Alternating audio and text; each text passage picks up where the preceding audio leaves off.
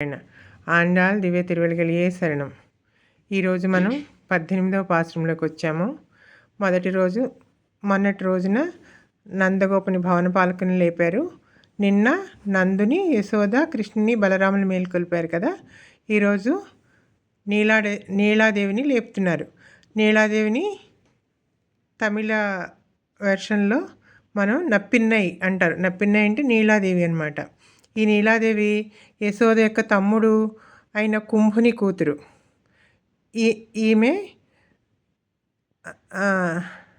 ఈమెని నీలాదేవి లేదంటే నప్పిన్నై అని అంటారు. ఈ కుంభుని దగ్గర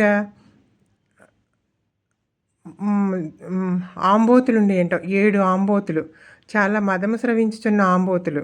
అవి చాలా పొగరబోతుగా ఉండేయంట. వాటిని ఎవరైతే పోరాడి వాటితో గెలుస్తారో వాళ్ళకి మా అమ్మాయిని ఇస్తానని ఆ కుంభుడు, యశోద యొక్క తమ్ముడు పందెం పెడితే కన్నయ్య ఆ 7 ఆంబోతుల్ని కూడా ఒకేసారి పడగొట్టి గెలిచి ఈ నీలాదేవిని వివాహం చేసుకున్నాడనమాట. చిన్నప్పటి నుంచి యశోద తమ్ముడు కూతురైనందువలన ఈమెని నందుని కోడల అని పిలవటం అలవాటు అనమాట. అలాగే ఈ రోజున కూడా నీలాదేవి అని పిలవకుండా నందుని కోడల అని పిలుస్తున్నారు. అంటే 3 రోజుల నుంచి నందుని గురించే చెప్తున్నారు. నందగోప భవనము, ఈరోజు కూడా నందుని కోడల అని, అంటే ఆచార్యత్వాన్ని చూపిస్తున్నారు ఈ 3 పాసురాల్లో. ఇగోండి, అందుకే ఇక్కడ నీలాదేవిని ఇలా హంసతూలిక తల్పం మీద ఏర్పాటు చేసుకున్నాం అనమాట. ఇది మంచం, హంసతూలిక తల్పం, అదిగో నీలాదేవి శయనిస్తుంది. ఏమని చెప్తున్నారు? ఏనుగులతో పోరాడగలిగిన వాడును, మదము స్రవించుచున్న ఏనుగు వంటి బలము కలవాడును, మదము స్రవించు ఏనుగులు కలవాడును, యుద్ధంలో శత్రువులను చూచి వెనుకకు జంకని భుజబలము కలవాడునైనా నందగోపుని కోడలా అని పిలుస్తున్నారు. అందుకే ఏనుగు గురించి చెప్పారని ఇలా ఏనుగులను ఏర్పాటు చేసుకున్నాం అనమాట. ఇవ్వండి ఏనుగులు. అలాగే నీలాదేవి సుగంధము వెదజల్లుచున్న మంచి కేశపాసం కలదానా, ఓ నీలాదేవి తలుపు గడియ తెరువుము అని నీలాదేవికి కూడా తెల్లవారటానికి గుర్తులు చెప్తున్నారు. ఏమని? కోళ్ళు అంతటా చేరి అరచుచున్నవి మాధవీలత. ఇదిగోండి ఇక్కడ ఇలా ఏర్పాటు చేస్తాను.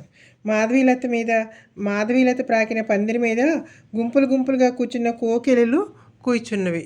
ఇదిగోండి ఇక్కడ ఈ చెట్టు మీద కూడా, అందుకే కోకిలని ఒక పక్షిని పెట్టాం. అన్నీ ఈరోజు పక్షుల గురించి చెప్తున్నారని ఇలా పక్షులన్నింటినీ ఇక్కడ ఏర్పాటు చేసాం. మాధవీలత ప్రాకిన పందిరి మీద గుంపులు గుంపులుగా కూర్చున్న కోకిలలు కూయిచున్నవి, కావున తెల్లవారినది చూడుము, బంతి చేతితో పట్టుకునే దాన్న అంటున్నారు. అంటే బంతి అంటే ఈ లీలా విభూతినంతా కూడా అమ్మ తన చేతితో ధరిస్తుందట. మా బావ గుణములను, మా బావ అంటే కన్నయ్య, వీళ్ళందరికీ బావ ఎవరు?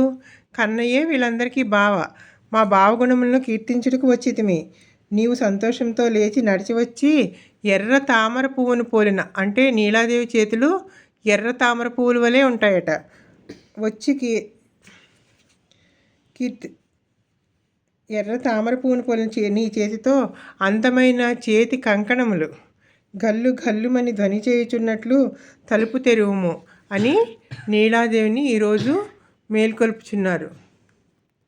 అదిగోండి అమ్మ నీలాదేవి నప్పిన్నై పిరాట్టి హంసతూలిక తల్పం మీద శయనించుంది. ఇలా ఇవో ఏనుగులు, ఇవన్నీ ఈ మాధవీలత మీద కోకిల. ఈ కోకిలలు అంటే ఎవరంటే, ఈ కోకిలలు అంటే ఆళ్వార్లు అనమాట. ఆళ్వార్లు గానాన్ని చూపిస్తున్నారు. కోకిళ్ళు కూయిచున్నవి, కోళ్ళు అరుచుచున్నవి అని తెల్లవారటకు గుర్తుగా చెప్తున్నారు. మా భావగుణములను కీర్తించుటకు వచ్చాము అని చెప్తున్నారు. ఈ పాసురం యొక్క విశేషం ఏమిటంటే, ముందు మదగలిత్త నోడాద తోల్వలియన్. ఈ పాసురం యొక్క విశేషం ఏమిటంటే, రామానుజాచార్య స్వామివారు వారి గురువు గారైన రోజు కూడా తిరుప్పావై పాసురాలు అనుసంధానం చేసుకుంటూ వారు భిక్ష స్వీకరించేవారట ఇంటింటికి తిరిగి. అలా రోజు చదువుతుంటే ఒకరోజు వారి గురువు గారైన మహాపుణ్యులు వారి ఇంటి ముందు నిలబడి భిక్ష స్వీకరించడానికి నిలబడి ఉంటే అప్పుడు మహాపుణ్యులు వారి ఇంటి ముందు నిలబడినప్పుడు ఈ ఉందు మదగలిత్త పాసురమే వారు అనుసంధానం చేసుకుంటున్నారు. అలా అనుసంధానం చేసుకుంటున్నప్పుడు ఆ మహాపూర్ణుల వారి కుమార్తె అయినటువంటి అత్తులాయమ్మ గారు గలగల నడుచుచున్న గాజులు గలగలలాడుచుండగా వచ్చి తలుపు తెరిచి భిక్షణ సంగితే స్వయంగా నీలాదేవి వచ్చి తలుపు తెరిచింది అని వారికి భావన కలిగి ఆ భావనకి వారు స్పృహ తప్పి పడిపోయారట. ఎంతటి భావన సముద్రంలో కదా రామానుజాచార్య స్వామివారు. అందుకే వారిని తిరుప్పావై జీయరు అని కూడా అంటారు. ఈ పాసురం యొక్క విశేషం ఏమిటంటే, ఈ పాసురాన్ని ప్రతిరోజు కూడా అనుసంధానం చేసుకుంటే అమ్మవారి అనుగ్రహం, ఆండాళ్ళ తల్లి అనుగ్రహం, నప్పిన్నై పిరాట్ అనుగ్రహం, అమ్మవారి అనుగ్రహం కలుగుతుందట. అమ్మవారి అనుగ్రహాన్ని పొందే పాసురంగా ఈ 18వ పాసురాన్ని చాలా విశేష పాసురంగా మన వాళ్ళు చెప్తారు. జై శ్రీమనారాయణ. ఆండాళ్ దివ్య తిరువడిగలియే శరణం.